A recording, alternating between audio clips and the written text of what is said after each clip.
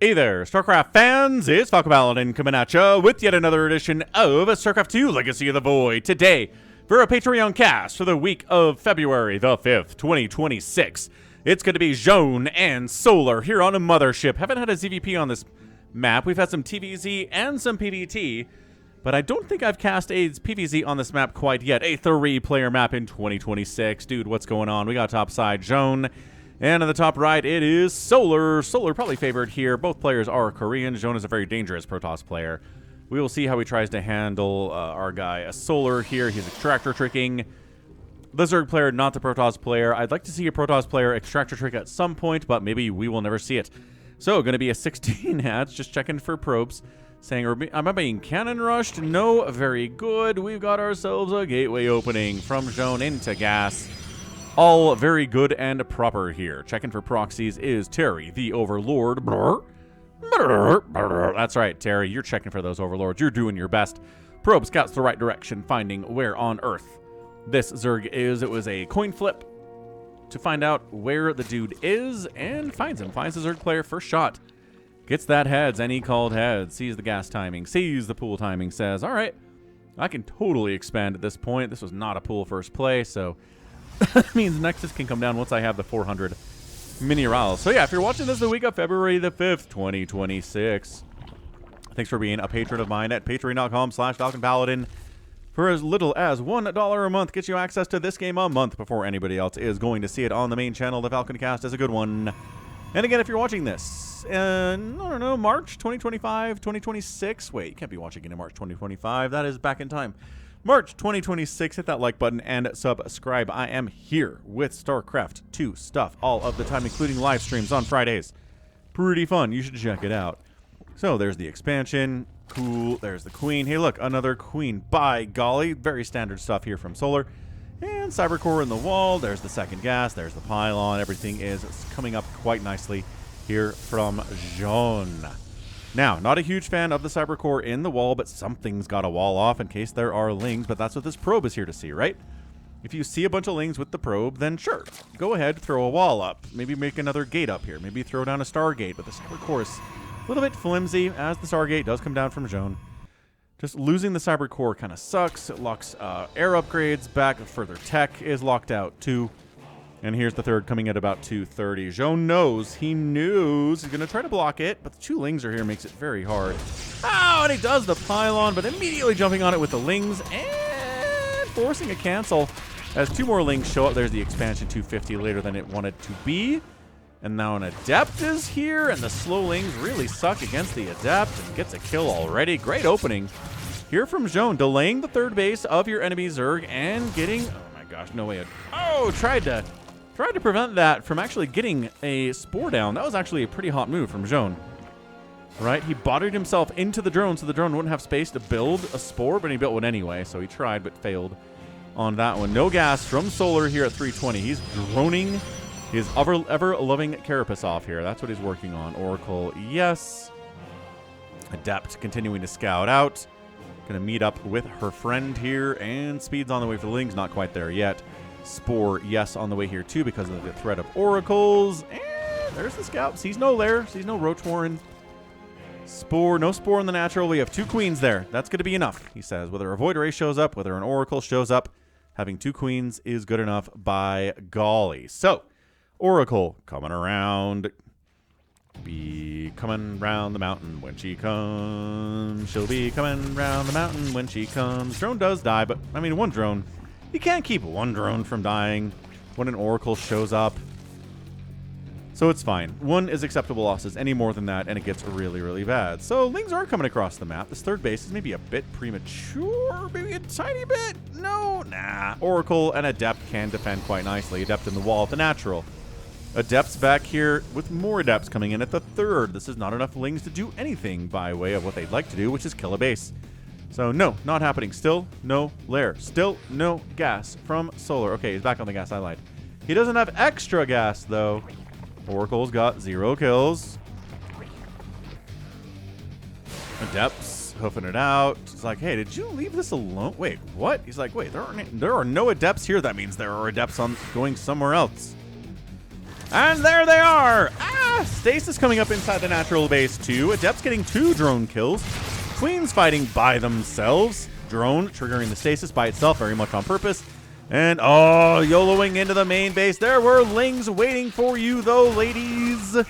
And all the Adepts are going to die. They're going to kill 6 drones in exchange for 4 Adepts, which, I don't know.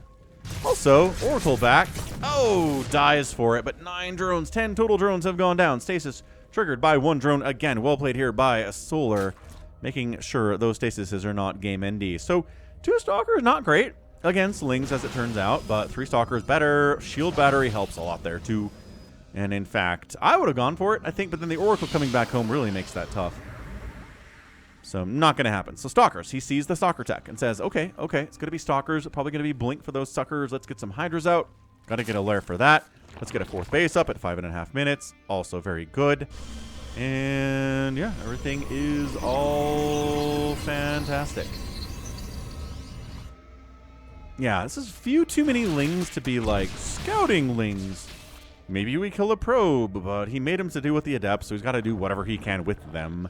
They need to have some value is the whole play here.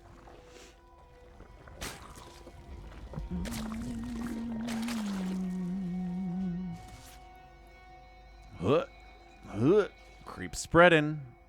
Loving that. Love the creep spread. Everybody always does. So I will be shocked if it's not a Hydra Den here from Solar. He's got the Evolution Chamber with no... Oh, he has a +1 melee attack. I lied. He did manage getting an upgrade there. There's the Hydra Den. Okay, so Hydra Den on the way. Missile attack on the way. Going to be Stalkers. Going to be a lot of Blink Stalkers. Actually, Fleet Beacon follow-up double Stargate. Interesting. So Blink Stalkers to keep the pressure on. Overlord, Overseer scout timing needs to be, like, soon, buddy. Because if you don't see this Fleet Beacon, it could get tough for you. Zoun's a good enough player to beat you with carriers. If you don't see him coming. Here's the thing. All the best Protoss can beat all the best Zergs with carriers if they don't see him coming. He sees it. He sees the Fleet Beacon. There you go. But there are a lot of Protoss who are so bad that even if they make carriers and Solar doesn't scout it, Solar's still going to win. But Zoun is on the list of players that even if scouted, you know, can still win there. So, what do we got here, man? It's going to be carriers. Haven't seen carriers in a PvZ in a hot minute. Down the right side, another expansion from Solar. He knows carriers take a long time to build. So he's expanding again. Revelation gets tossed down on everything in the natural base. Really fun stuff there. Centrifugal Hooks is on the way. And really just Lings, man. It is 77. What are we looking at here? 76 workers to 68. Zerg is up. Income favoring the Zerg quite heavily. 3 basing versus 4 basing and a 5th base on the way soon. So everything's looking okay for the Zerg, I think. He scouted the Fleet Beacon. He saw it. Probably going to get maybe some Vipers. Maybe a little Corruptor play'd be nice. Triggering a Stasis with 1 unit again. Dude, Zoun's got to be so annoyed by this. He's like, are you freaking serious? He scouted that, yeah? He scouted it. He saw the 4th. So he's got Banelings, Lings, Hydras. The Hydras don't have the greatest upgrades yet, but, you know, they're good. They're doing good. +1 Lings against Debris. They'll get there eventually is the idea behind this.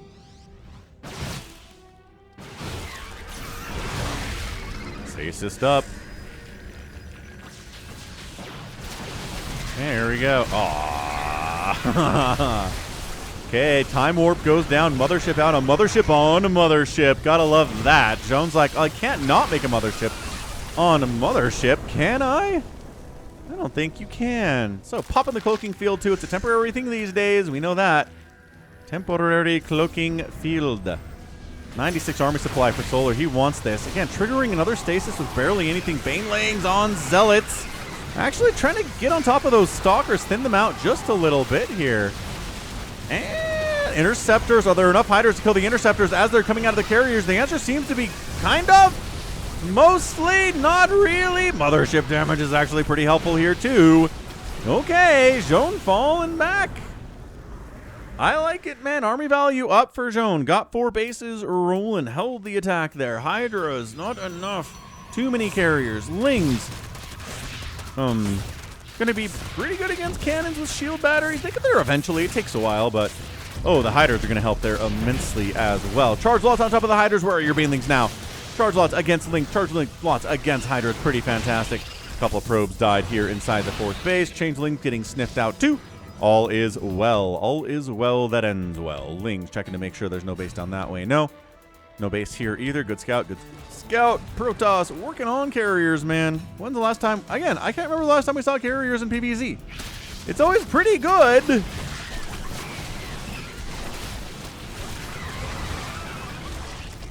As we can see here, he needs corruptors, I think. Once the carrier group reaches a certain critical mass, Hydras are really going to struggle here. And the answer is like 6 carriers is like impossible. Of course, abducting carriers into your Hydra ball is always a good answer if you want to make some abducts, but not really part of the play here. Baneling, stasis, not catching. Great pull, though. And 3 probes died. Could have been a lot worse, but then distracted into the 4th base. Side storm! Woo-wee! The new storm that lasts forever. Not enough to save the Nexus. Actually hurting his own units there, too. He walks through and gets some ticks. So how do you beat a carrier player? Get rid of their 4th gas, right? Their 4th base. I guess this isn't their 4th gas. This is their 7th and 8th gases. But you know what I mean. 4th base of gas. Getting rid of it makes it so much harder. There are corruptors on the way here, too. Solar's like, nah, you're not beating me. You are not beating me with carriers, man. I thought I could do it with Hydras. No, fine. I am not above making corruptors. Falcon's kind of above making corruptors. It's kind of some kind of a boring unit. And I bet Solar thinks they're boring too, but winning is winning at this level, and you can't really complain about it too much. So, Banelings, yes. Slings, yes. Hydras, yes. Corruptors, also yes. Big yes here. Pop in the cloaking shield. No overseers. 2 overseers. Not really interested in engaging with a giant cloaked Protoss army at the moment. Creep spread, awesome. Creep spread continuing to be awesome. Charge lots into the 5th base. And there's a queen to stop this, but turns out she's just going to die. All right. Queen down. Drones down. Attacking into this base again. Storming everything. Corruptors right-clicking on carriers. Mothership trying to stop it from happening here, but dude, carriers dying, carriers dying, carriers dying. Hydras popping Archons so the Corruptors can get more done here. The Stalkers are more worried about the Hydras than the Corruptors, and that's the play. Mothership gonna die next, and that is how you clean it up. It is hard to do. It takes a lot of micro and macro together, but that's how you do it. This base did die for the Zerg player, and all up into the 4th base, but these are Lings with 1/1 upgrades. I guess it's +3 attack on the Zealots, so they won. Hydra's not being very happy about this either. Dude, 15, 16, 17 drones. What? Zoun wins. Solar taps out because of this. Back it up. Back it up. Must determine state of game at time of GG. So hold on, hold on. So this base is alive, right? Okay, this base is alive. This is dead. I get that. Army value is 74 to 46. Yeah, look at this. Dude, that's it. This is where he GG's. I just want the exact... There it is. The millisecond he GG's at 12:39. It is... I mean, it was an advantage there in worker count. It's not so much anymore. 65 remaining for Solar, 73 for Zoun. He's sending Hydras to deal with these charge lots. But again, +3 attack on the charge lots is no laughing matter. The Hydras have a +1, which is not going to really keep up all that well. These are not Adrenalings. There's not a Hive. The Corruptors are like, hey, what's up? The army for Zoun is a carrier and 18 charge lots. And 5 stalkers. Fine. But that's it. I don't know. This feels relatively premature. Solar does not have enough money to replace those drones as they're dying. He's also going to have a very hard time killing these guys and saving the drones in the first place. Preventing more drones from dying. He is sending Lings out. He's got, what, 7 Lings and 5 Hydras? This is another problem with Corruptors. Investing into Corruptors means you can't attack ground stuff with them. So, it's just hard. It is just really, really, really difficult to manage.